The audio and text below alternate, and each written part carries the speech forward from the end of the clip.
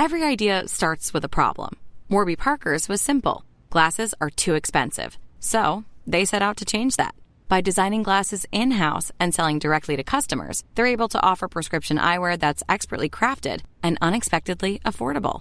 Warby Parker glasses are made from premium materials like impact-resistant polycarbonate and custom acetate. And they start at just $95, including prescription lenses. Get glasses made from the good stuff. Stop by a Warby Parker store near you. Hi friends, Sean Linda from Two Black Guys with Good Credit here. Whether you're running a nonprofit, a school, or a small business, Walmart Business is here to support your mission. They make it easy to order what you need, from tech and cleaning supplies to everyday essentials, all at low prices and with helpful tools like spend tracking and tax-exempt purchasing for eligible organizations. Because when your operations are smooth, your impact can be bigger. Visit business.walmart.com to get started. The hustle doesn't have to hurt. If performance pressure is making it hard to breathe, Grow Therapy helps you navigate stress, set boundaries, and actually feel like yourself again. Whether it's your first time in therapy or your 50th, Grow makes it easier to find a therapist who fits you, not the other way around. You can search by what matters, like insurance, specialty, identity, or availability, and get started in as little as 2 days. There are no subscriptions, no long-term commitments. You just pay per session. Grow helps you find therapy on your time. Whatever challenges you're facing, Grow Therapy is here to help. Grow accepts over 100 insurance plans, including Medicaid in some states. Sessions average about $21 with insurance, and some pay as little as $0 depending on their plan. Visit growtherapy.com/start now to get started. That's growtherapy.com/start now. growtherapy.com/start now. Availability and coverage vary by state and insurance plan. Welcome to the Lessons from the Great Coaches podcast. I've learned that you don't do it alone. You learn so many different things from so many different coaches. That's an elite learning environment. Failure is not a problem. How you deal with it is a problem. How to be resilient.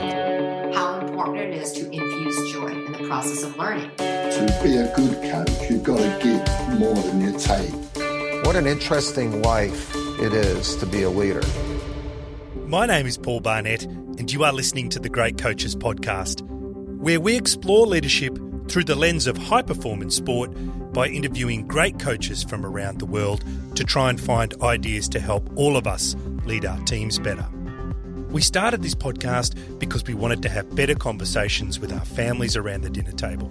In a social media world where the goal is often to be the star of the show, we wanted to change the conversation and talk more about selflessness, leadership, and responsibility. And the people we knew who best exhibited these qualities were great sports coaches.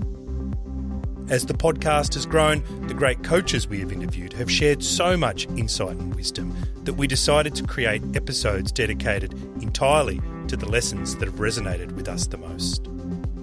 Today's episode is on the topic of vision, and it features audio quotes from a large array of great male and female coaches from all around the world.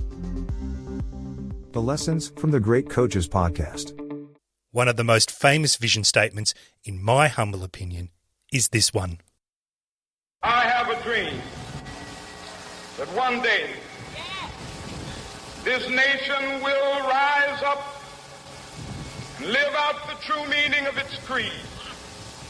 We hold these truths to be self-evident, that all men are created equal. But I have a feeling that within my lifetime, this one from Elon Musk, even though he doesn't have the same resonance as Martin Luther King, might become as, if not more famous.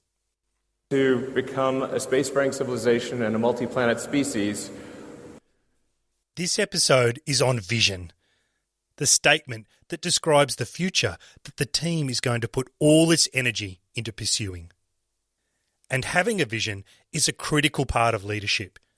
Here is the legendary coach Rick Charlesworth, who has coached at the elite level across multiple sports and been a member of the Australian Parliament.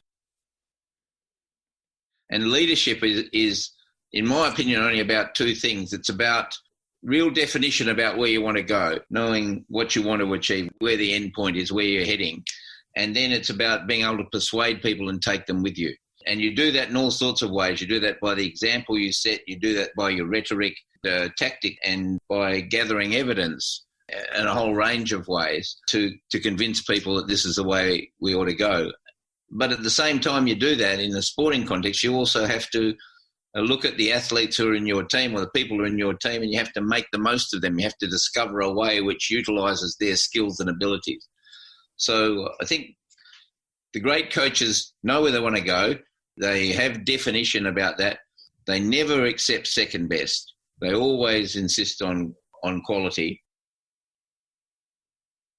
All teams, big and small, need a vision. Manchester United's vision is to be the best football club in the world, both on and off the pitch.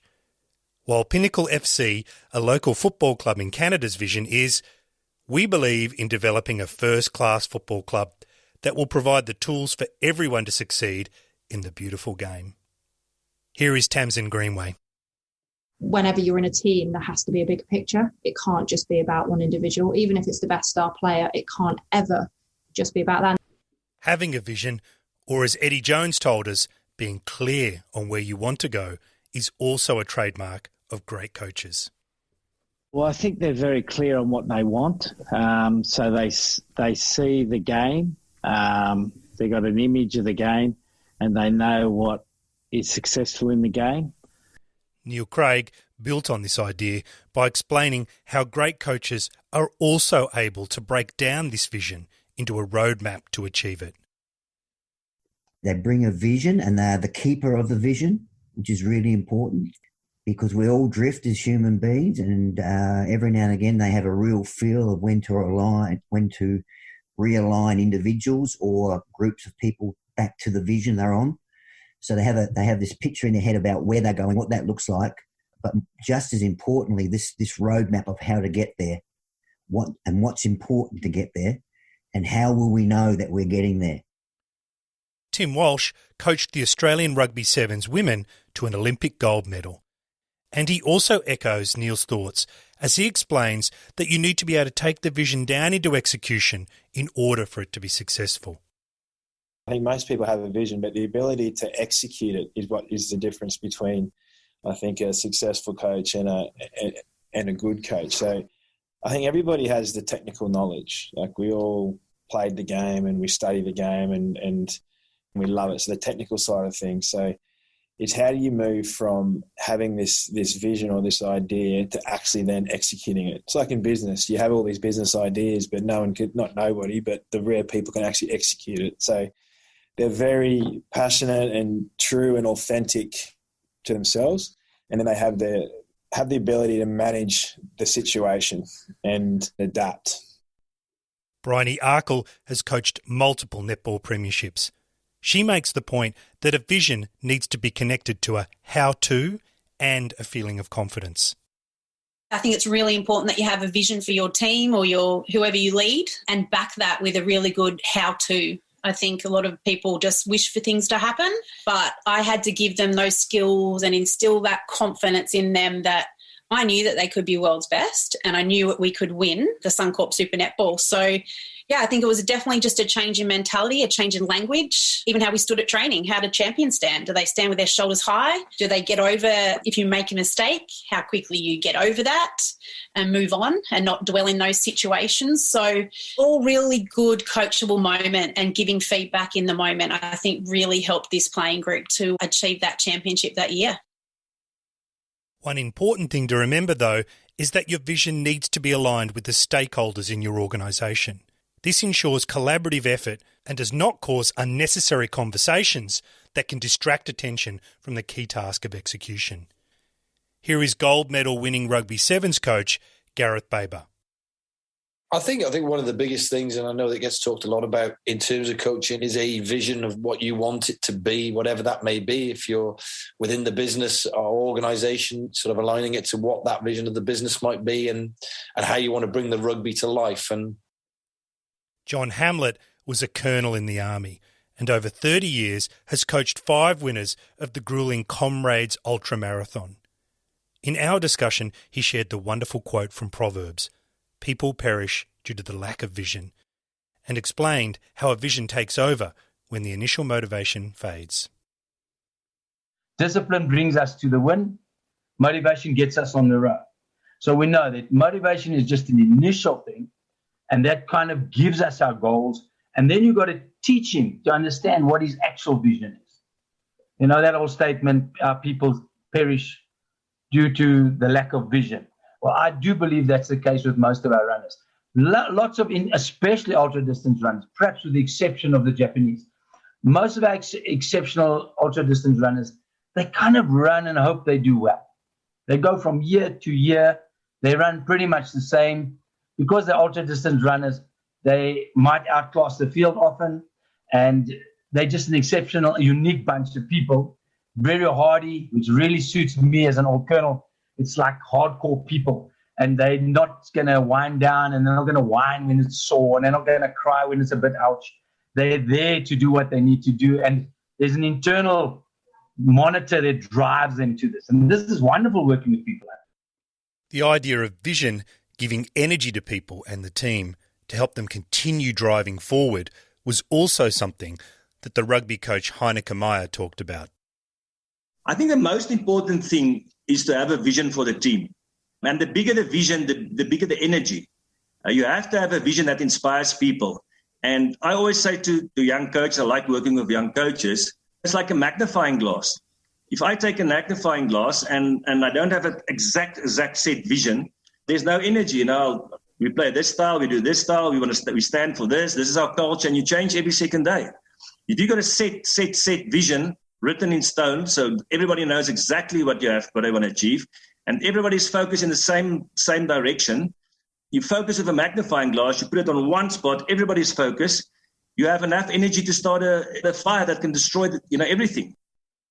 A vision can be unconstrained and represent your dreams and aspirations. It can be audacious and compelling enough to sustain morale through periods of low performance in the way that a North Star can offer navigation guidance. Here is cricket coach John Buchanan. What's up? It's Sean Linda from Two Black Guys with Good Credit. If managed supply runs is still on your to-do list, here's your science upgrade. Walmart Business has the tech, tools, and services that make it ridiculously easy to stock up for your office or team. Think scheduled deliveries, multi-user accounts, and even IT setup. Bonus, with a Walmart Business Plus membership, you get free shipping, spend analytics, and 2% rewards. Join the smart way to shop at business.walmart.com. Terms apply. The hustle doesn't have to hurt. If performance pressure is making it hard to breathe, Grow Therapy helps you navigate stress, set boundaries, and actually feel like yourself again. Whether it's your first time in therapy or your 50th, Grow makes it easier to find a therapist who fits you, not the other way around.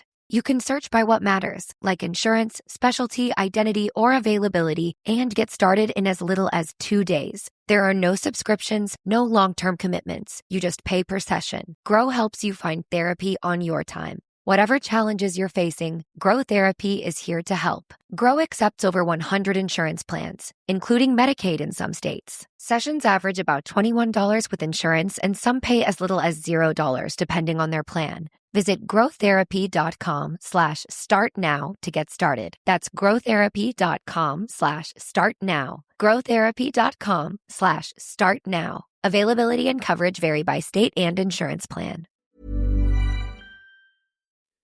And from there, it is about dreaming. I think certainly in business, certainly in life, certainly in sport, I don't think there's sufficient time allowed for dreaming, just what could be, what's possible, not be constrained about impossibilities and all the reasons why not, but don't be constrained, just be free and dream about what can be. And obviously that's what JFK was doing back in the mid-60s, about putting a man on the moon. I mean, there's a wonderful sort of YouTube on that. And it just seemed to me that is so important to what a coach can do, because with that vision, it means that then everything that you do, irrespective of results, is hopefully taking a step in that direction. And if you don't dream and you don't vision, then I think, one, you're limiting your current capabilities or capacities, but you're certainly putting a limiter on how you're going to deal with the future. How are you going to stay in front of the game? How are you going to potentially win games, win tournaments, win events, win over a long period of time? What are the type of people that you need to help you chase down that dream? What are the type of support systems that you need to support those people and support yourself to be better at what you do? So I don't think all leaders are visionaries, but I don't think that's necessarily good, bad, indifferent, wrong or right. But I go back to what I was saying before, as coach of that Queensland team, what I had to do was work out my philosophy, and part of my philosophy is always about creating a vision.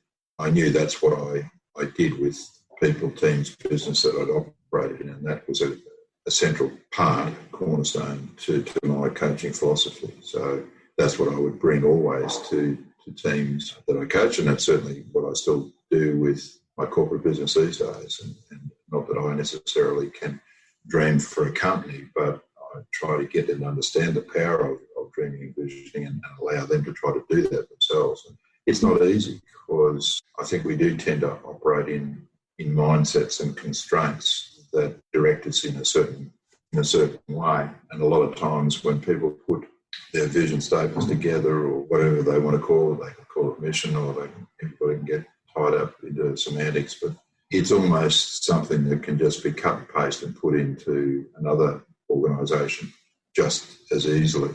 And it always seems to me that the vision has got to have the capacity to differentiate you from everybody else in the marketplace. Because in the end, if you're not differentiated, if you're not different, then you'll do the same as everybody else does. And how is that going to gain you some competitive advantage, or how is that going to place you in a position to gain competitive advantage over a long period of time? So it does seem to me that, I think I mentioned it before, sitting underneath vision, I suppose, is this notion of always trying to change the game. Don't accept the status quo, which is a never satisfied viewpoint. Look at just ways of being different inside the rules and the regulations that obviously operate inside any environment, any industry. There are those rules and regulations. So, but inside that, why do I need to play, or why does our team need to play the game the same way as everybody else? There are different ways of doing it, so we need to explore and experiment and find those, and then try to apply those and execute those in game. Simon Jones builds on John's ideas by making the analogy with a GPS and how it guides you when conditions change. He goes on to explain that he believes in planning, but not necessarily the plan, given the rapid speed with which conditions and competitors can change. I think you've got to create a vision for the future, but we don't know what's going to happen. We live in this complex world, but without a destination to aim for. So just use it a bit like getting in your car. You go in, we used to have maps, we've got GPS now, and the GPS kind of guides us there, and you've got to change direction, maybe based off of the traffic conditions, or you want to stop along the way. And in a simple analogy, that's what coaching does. It's about understanding the destination. It's about kind of working out the route and the journey, the resources required. Maybe you've got to stop and take a picnic on your journey. You basically got to work out what you need to do to get your destination. So I'm a big one for planning, but it's not about the plan, because I think people that stick to the plan then don't absorb new information and then iterate the plan. And because we live in this complex world and it's ever changing, so those people that stick to the plan, I think, get in a comfort zone. Everybody thinks, oh yeah, I've got a plan and we're on track, and they're not able to be, because they absorb new information. So I think you're constantly learning. So planning is, you never stop planning. People think they write a plan and that's it. No, your plan is always a live document that you adjust with data, information, athlete insights, competitor information, and it's a living document. When you have your vision, Heineke Meyer believes you have to write it down so that you stay committed to it. He also makes the correlation between financial success and the presence of a written vision. You have to have a vision. Everything started for me with a vision. And 97% of people don't write down the vision. 3% of people in the world have done this in America, research, 3% write down their vision. And that 3% own more than the 97% put together. So you have to write it down, because when the pressure comes on, you change every week. So just about vision, I can have a whole talk with you just about a vision, and must be big enough. Like I wanted to coach my country, everybody laughed. Then you have to believe in your vision. With your vision set, aligned with the organisation and written down, it can become a key part of your coaching message, to the extent that the team are able to repeat it. Here is boxing coach Eddie Bolger And what's interesting in this audio quote is how he finishes by talking about his personal vision and how that connects to the one for the team. The same wavelength as the Irish vision, you know. You should be looking to consistently put German boxers on European, world and Olympic podiums. We're not looking for the top of those podiums yet. We're looking to be on those podiums consistently. So this is something that we're going to try, and this is our vision at the moment. We want to get this maybe under T-shirts, maybe printed on the walls of the gym, and randomly at 6:30 in the morning when we line up to start our first training session, you can ask somebody, what's our vision? And if they repeat it and believe in it, then we can build that culture around it. And we're really, that's why I'm so excited about this German team now. It's a very, very good team. And they are so hungry to buy into these visions and visualization and the culture. We're coming to the last year of our cycle. And my personal vision, when I'm looking at things and see how things are developing, when we go to training camps, I want to make an impact. I want to make an impact as a national team. To bring the ideas about a vision statement together, here is gold and silver medal winning volleyball coach Hugh McCutcheon talking about how he created a vision to guide the 2008 USA men's volleyball team to the gold medal in the Beijing Olympics. But I think when you're trying to achieve something significant, you need not just, well, how about this? Just wanting it isn't enough, right? I mean, you need some clarity as well as conviction. And the thing that document gave us was the opportunity to not only express the goal, but also to express a lot of the behaviors, or at least behavioral expectations that were going to be around that. And even to some extent, a little bit of a vision statement woven in there about it, you know, who we were going to become in terms of how we were going to manage the moment of competition. And there were two things that happened that I thought immediately changed the way we were able to operate. One was this idea of clarity, right? This is what we're trying to achieve. But two, there was this instant accountability mechanism that was built in. And so once everybody had signed off to this idea of, and we probably didn't have any right to say winning the Olympic gold in 2008, not that we were dog meat. I mean, we were a good team, but there were probably 7 or 8 teams that could have been vying for it. And the main teams would have been Brazil and Russia, who were really good, and Italy and any number of teams that were worthy of saying that. But once everyone had signed off on it, now we had this accountability piece where if we're coming into the gym on Monday morning and you've been out raging all weekend and you're not super crisp, well, there's a pretty big space between what you're saying you want to do and what you're actually doing. So it just was, we were able to get people to say, hey, you know what, if we are trying to be the best in the world at what we do, or how about this, if we are trying to become the best we can be with the hope of achieving this outcome, then we've got to act as if. And if we're not, then at the very least, we're being seen as duplicitous. We hope you enjoyed our episode on vision and found 1 or 2 things that you can bring to your own dinner table, locker room, or boardroom table for discussion. The key lessons I have taken away on the topic of vision from our interview guests are: having a vision is a key part of leadership. It should be audacious and compelling enough to unite the team and motivate them. However, you also need to be able to deconstruct your vision into a roadmap and a set of actions to be executed. This helps build momentum and confidence irrespective of performance. And your vision has more chance of success if it is written down, aligned with key stakeholders across the organisation, and simple enough for the team to remember easily. Here at the Great Coaches Podcast, we are always trying to learn, so please let us know if you have any feedback. Just like one of our guests, Kevin Sharp, who said, "Enjoyed our very challenging and thought-provoking interview. It's always a pleasure to be able to share one's experience with others." Thanks, Kevin. The interaction with the people around the world who listen gives us great energy. And so if you have any feedback or comments, please let us know. All the details on how to connect with us are in the show notes or on our website, thegreatcoachespodcast.com.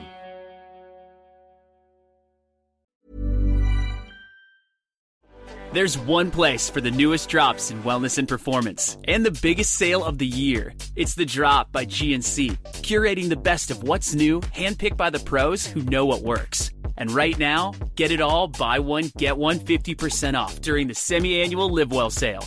From crushing workouts to leveling up your nutrition and everything in between, get the best deals on the latest innovations. All the newness is all on sale right now during the Live Well sale on The Drop by GNC. A password manager should be the first security purchase you make for your team. Why? Because compromised passwords are the #1 way bad actors attack companies, and small businesses are their favorite targets. But unlike a lot of security challenges, passwords actually have a pretty simple solution. 1Password lets you manage all your business's credentials, so you can feel confident that your data stays secure as your company grows. Find out more at 1password.com/special offer and start securing every login. Parles-tu français? ¿Hablas español? Parli italiano? If you've used Babbel, you would. Babbel's conversation-based technique teaches you useful words and phrases to get you speaking quickly about the things you actually talk about in the real world. With lessons handcrafted by over 200 language experts and voiced by real native speakers, Babbel is like having a private tutor in your pocket. Start speaking with Babbel today. Get up to 55% off your Babbel subscription right now at babbel.com/acast. Spelled BABBEL.com/acast. Rules and restrictions may apply.